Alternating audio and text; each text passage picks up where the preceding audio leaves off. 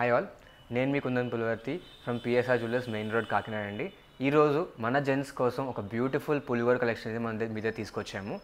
So మీరు చూసేటైతే ఇంకా పులిగోరలో 3 different works of పులిగోర తీసుకొచ్చాము. ఒకటి క్యాస్టింగ్లో, రెండోది ఎలక్ట్రో ఫార్మింగ్లో, మూడోది పచ్చి వర్క్లో.